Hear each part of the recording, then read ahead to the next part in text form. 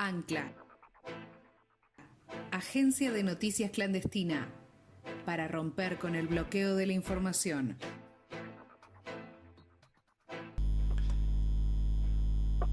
Estamos bastante contentos porque hacía tiempo que lo queríamos entrevistar.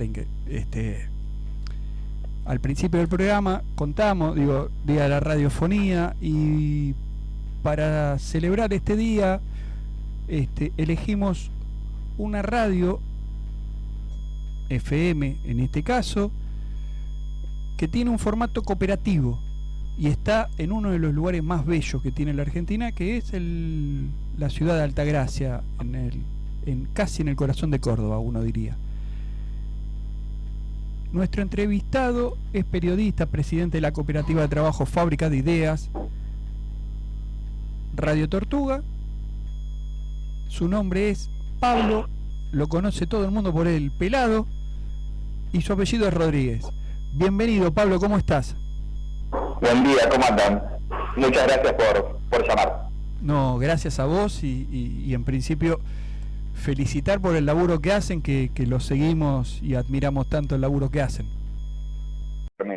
Así que nuestras áreas de acción principales son la radio, nuestro portal informativo y los medios digitales, y además estamos también trabajando fuertemente para activar de una manera orgánica servicios de comunicación que venimos abordando de una manera irregular, más a pedido de otra cosa, y que queremos incorporar de una manera mucho más sólida y más proyectada.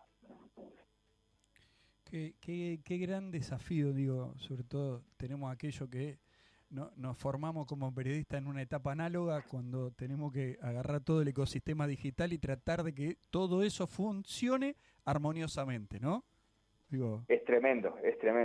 Bueno, yo tengo 41 años, me considero dentro de el que estoy como una especie de término medio entre aquellos a quienes uno observa y admira no solamente por sus labores específicas, sino también por sus trayectorias, y aquellos otros que vienen detrás empujando no solamente con entusiasmo, sino con muchísimos saberes y relecturas no solamente del periodismo, sino de las formas de la comunicación, ¿no? Que hoy son tan dinámicas y de las que hay que aprender permanentemente. Así que verdaderamente es un esfuerzo interesante y muchas veces también agotador. Radio Tortuga tiene un formato de radio tradicional, una FM para los que nos están escuchando, en el 102.7 MHz. En verdad estamos en 92.9, porque ese era... No, pero te aclaro de la confusión, porque el 102.7 era el dial que teníamos hasta que la licencia nos adjudicó una frecuencia ya definitiva, que es el 92.9, ¿viste? Cuando vos te incorporás, tenés que, tomar un lugar, empezás a hacer los papeles. Nosotros empezamos a hacer los papeles con la vieja ley de radiodifusión, y entonces uno anunciaba que estaba en un determinado dial, y cuando se nos otorgó la licencia, efectivamente se nos brindó el 92.9, que es el que venimos ocupando hace unos 5 años más o menos, cuando recibimos definitivamente el dial. Está buena la aclaración, y no lo tomamos como corrección, sino como aprendizaje, porque muchas veces, sobre todo para determinada franja de edad, las radios FM son sinónimo de ser esas radios comunitarias truchas, las radios con poca legalidad, diría un profesor mío, con los papeles medio flojos. Claro, y es importantísimo, realmente la historia de las FM es una historia maravillosa, es sumamente rica, precisamente porque en el origen, me estoy ampliando en este paréntesis que estamos haciendo, pero en el origen nacen también como una forma de darle voz a aquellos que en las amplitudes moduladas, que eran emisoras con con todo un bagaje presupuestario muy importante alrededor, a veces quedaba fuera. Entonces empezaron siendo emisoras que eran de menor alcance y de una tecnología un poco más precaria o más inmediata, y que, no inocentemente, la ley de radiodifusión de la dictadura dejaba afuera, ¿no? Porque la ley de radiodifusión de la dictadura lo que imprimía como condición sine qua non para tener una emisora de radio es que tuvieran un carácter comercial. Y entonces aquellas que tenían una vocación comunitaria, que no perseguían fin de lucro, que querían darle voz a esos espacios que estaban silenciados en las grandes emisoras, quedaban, por supuesto, no solamente por fuera, sino perseguidas.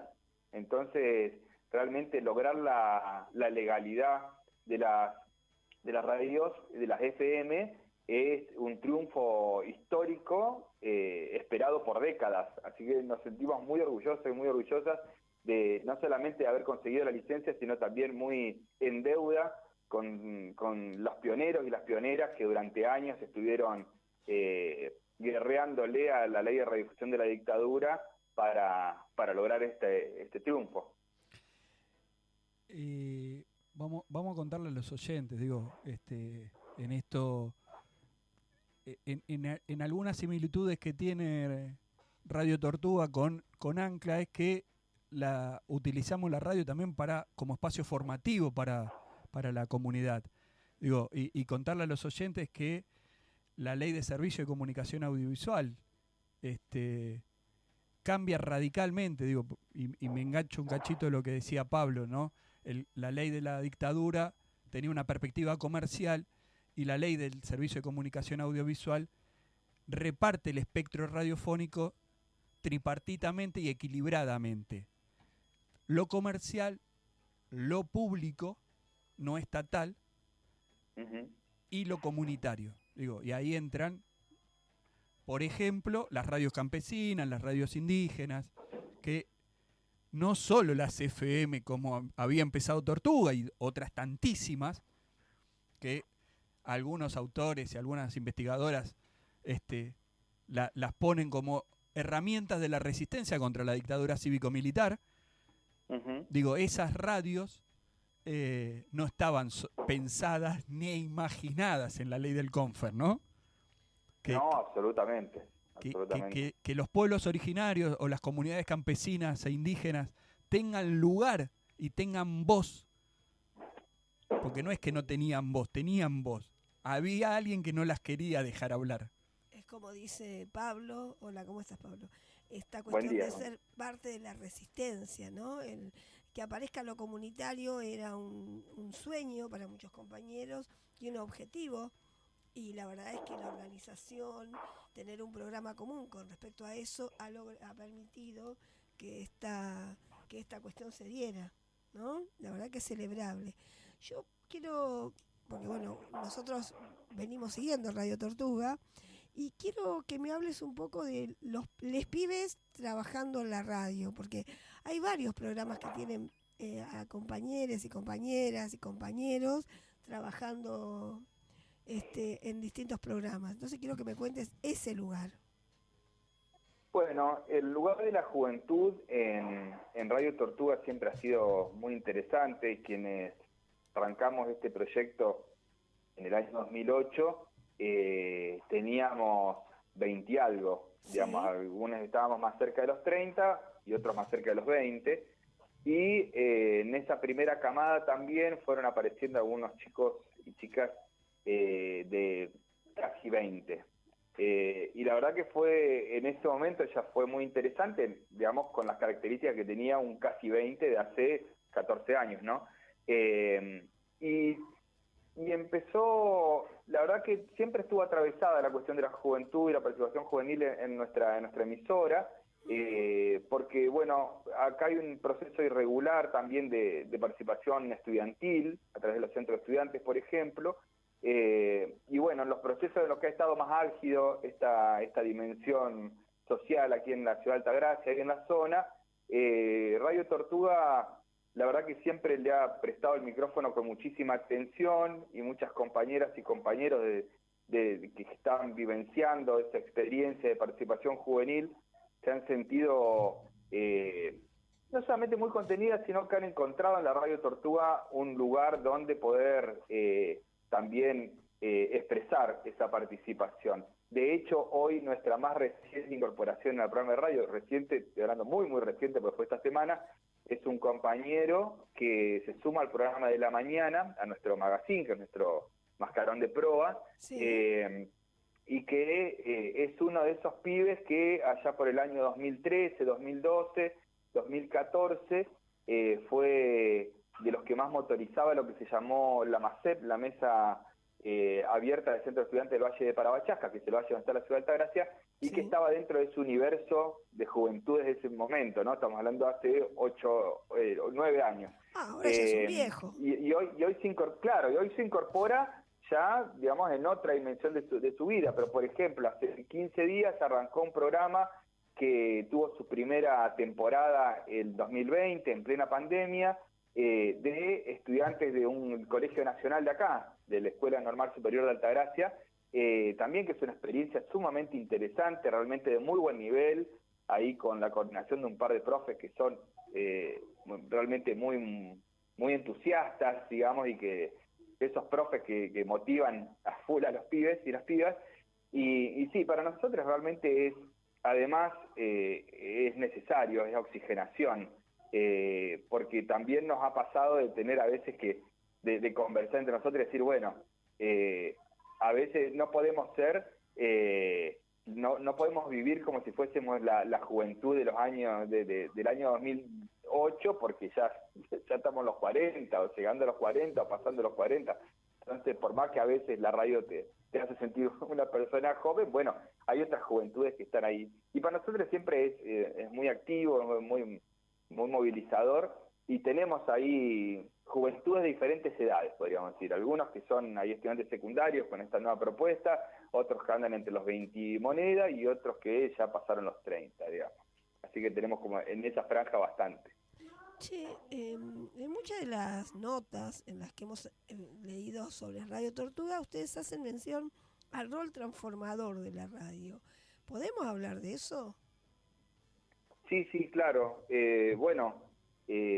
Para nosotros es fundamental, lo pensamos de esa manera, cuando empezamos a construir Radio Tortuga, lo pensamos como un instrumento de transformación social, un instrumento que no genera un cambio de manera autónoma, ni que es un agente revolucionario per se, pero sí que las radios, los medios de comunicación son instrumentos que colaboran con los procesos sociales, y en ese marco pueden ser herramientas, como lo vemos a diario, que sostengan procesos conservadores o liberales, o pueden ser también como lo que pretendemos desde nuestro lugar y desde emisoras a las que acompañamos o con las que nos relacionamos a diario, por ejemplo en el Foro Argentino de Redes Comunitarias, herramientas de transformación social que permitan a las comunidades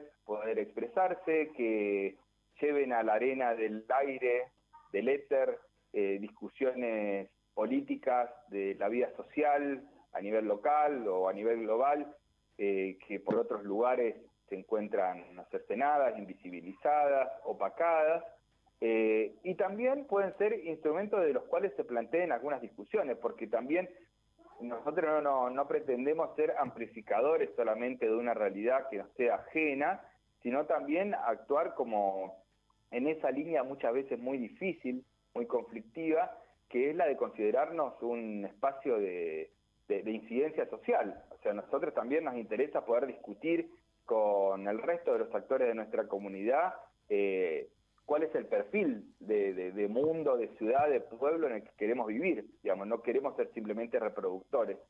Es un desafío complicado, ¿no? Porque para no caer muchas veces en lugares radiocéntricos, ¿no? Donde de alguna manera no nos comamos un ego que no nos cabe, ¿no? Pero al mismo tiempo que no seamos tampoco simplemente un instrumento pasivo a través del cual hablen diferentes fuentes y uno lo vea pasar, ¿no? Así que desde ese lugar nosotros creemos firmemente en que tenemos un rol ahí a discutir permanentemente y un lugar a disputar dentro del escenario de la vida social en el que habitamos. ¿Y cuáles son los discursos que andan dando vueltas? ¿Sabes por qué te lo pregunto? Porque si uno mira la web de la radio, vemos que ustedes tienen un foro de pibes, te vuelvo sobre esto de mucha juventud en muchos programas, y que además los adultos del programa, no son demasiado adultos mayores. Entonces en saber por dónde anda el discurso, qué temas los preocupan ahí en la zona de Parabachasca y en la zona de Altagracia, un lugar que conocemos desde Ancla, por eso además lo seguimos, ¿no? Hemos estado varias veces en distintas actividades comunitarias, así que por eso te lo preguntamos. Bueno, particularmente aquí en Altagracia y el Valle de Parabachasca, la cuestión ambiental tiene muchísimo, como en muchos sectores de los valles serranos cordobeses, tiene muchísima preponderancia. Aquí, en relación a varias temáticas puntualmente, lo que es fumigaciones con agroquímicos, a lo que es el desmonte y particularmente en estos meses el tema de 2 autovías, una en nuestro valle y otra en el Valle de Punilla, están captando la atención casi exclusivamente de las dinámicas ambientales. Lo ambiental en general es una temática que demanda muchísima atención, que muchas veces es tratada en los medios de comunicación de una manera superflua, frívola o de ciertos preconceptos, donde hay una disputa dentro del sentido común que es muy compleja respecto del progreso, esta mirada, ¿no?, de progreso y atraso que choca permanentemente con la certeza de que en nuestra provincia queda el 3% del bosque nativo que había hace 30 años, ¿no? Que hay una situación de tierra arrasada muy grande a partir de la expansión de la frontera agropecuaria y de los negocios mega inmobiliarios. Ese tema ciertamente es muy, muy central dentro de nuestra agenda y va de la mano con demandas sociales de alto calibre.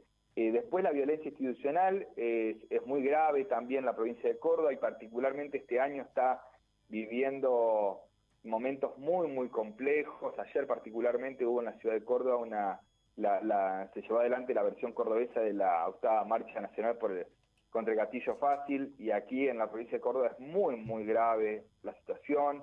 Ese tema por supuesto está muy incorporado dentro de nuestra agenda. En la ciudad de Altagracia, el Valle de Parabachasca, hay situaciones permanentemente de violencia institucional.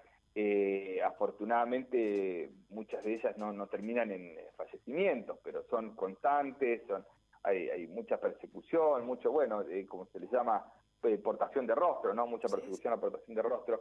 Y después la cuestión de género, que es una cuestión global, ¿no? Sí. Es la cuestión de la violencia de género en todas sus dimensiones es una problemática global y particularmente en nuestro Valle de Parabachasca tenemos femicidios resonantes que conmueven a la comunidad y casos de violencia de género permanentes, digamos.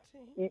Y hay discusiones sobre el tema del género que nosotros siempre abordamos de una manera muy crítica, porque, obviamente nadie sale a defender un femicidio, pero sí lo que notamos es que discursivamente se condena, por supuesto, un femicidio, ciertos hechos de violencia de género más visibles, pero hay otros de lo que se llaman los micromachismos o de situaciones donde el Estado es quien ejerce la violencia de género, que quedan muchas veces solapadas o que pasan de largo. Entonces ahí donde a nosotros nos parece que hay una necesidad de dar debates mucho más profundos, ¿no? Saliendo a veces de los casos más coyunturales y más entre comillas, graves. La verdad es que es muy interesante la propuesta de Radio Tortuga, por eso nos interesaba charlar con ustedes, que ustedes pudieran ponerle voz desde Ancla, pero así como para ir cerrando, pues usted sabe que la radio tiene tiempos. Por supuesto. Primero no nos dijimos feliz cumpleaños porque hoy es el día de la radiodifusión, así que feliz cumpleaños. Igualmente. Gracias. Y segundo, ¿qué no te preguntamos? No sé, quizás quizás sí me lo preguntaron y yo me fui por las ramas, pero quizás sobre el cooperativismo puntualmente, digamos, sobre el desafío de sostener el cooperativismo, que si hay un par de minutos me gustaría poner ahí el acento, porque verdaderamente para nosotros es una experiencia de permanente aprendizaje, y bueno, para mí en lo personal, estoy en la presidencia hace un año, pero estoy en el proyecto desde los inicios, y es realmente un cambio de cabeza, digo, es muy difícil después pensarse por fuera de la mirada cooperativa cuando uno entra, y la verdad que da también mucha bronca que, así como decíamos al principio, que a las radios comunitarias o a las radios FM, en términos más generales, la ley de redifusión de la dictadura no solamente las ignoró y las dejó por fuera de la legislación, sino que las persiguió y las cerró. En el caso del cooperativismo, todavía cuesta muchísimo que dentro de las esferas del Estado, de las esferas más formales, se lo considere como un ámbito productivo a difundir, a dar a conocer, a incorporar dentro de las agendas de contenido con el mismo énfasis con el que se difunden las herramientas capitalistas de producción, de distribución, de comercialización de bienes y servicios. Entonces, y de relaciones sociales, básicamente, ¿no? Porque la economía es incluso no una ciencia exacta, sino una ciencia social. Entonces, para nosotros es muy importante en todos los ámbitos en los que podemos expresarnos, poner el acento en que no solamente somos una radio comunitaria, sino que somos una radio cooperativa y que sostenemos a 15 familias a través de las compañeras y los compañeros de trabajo que estamos a diario en nuestras diversas tareas, tanto en nuestros medios radiales, digitales, web, como en la administración, en la tesorería, en las tareas técnicas, en todas las tareas que desempeñamos, y que es una herramienta posible que hoy no nos permite, también por la dinámica de la economía y de las finanzas, no nos permite hoy vivir enteramente de esto, pero sí nos genera todos los meses unas retribuciones, unos retornos que hacen a nuestro sostenimiento de nuestras familias. Y es al mismo tiempo una forma de trabajo que nos permite ser parte de las decisiones, dar las discusiones para diseñar las agendas, para darle forma a las orientaciones editoriales, que nos permite revisitar permanentemente la forma en que trabajamos, con ciertas estructuras jerárquicas funcionales que se necesitan para que esto se sostenga, pero siempre considerando que todos y todas valemos uno y que en las discusiones todos tenemos derecho a levantar la mano, a dar la palabra y a emitir el voto. Para mí es muy importante, te cambia absolutamente la cabeza cuando empezás a vivir la vida cooperativa. Y por eso a nosotros nos interesa tanto como difundir nuestros contenidos y difundir nuestra posición como radio comunitaria, también promover el cooperativismo como una forma de producción económica, social y solidaria, que por supuesto genera recursos, que genera puestos de trabajo, que ayuda a que las familias podamos llegar a fin de mes y que pone sobre la mesa relaciones sociales diferentes de las que propone el capitalismo. Bueno, Pablo, la verdad que es muy interesante todo lo que nos estás planteando. Está bueno porque digo, casi te diría como ancla firmamos al pie todo lo que dijiste.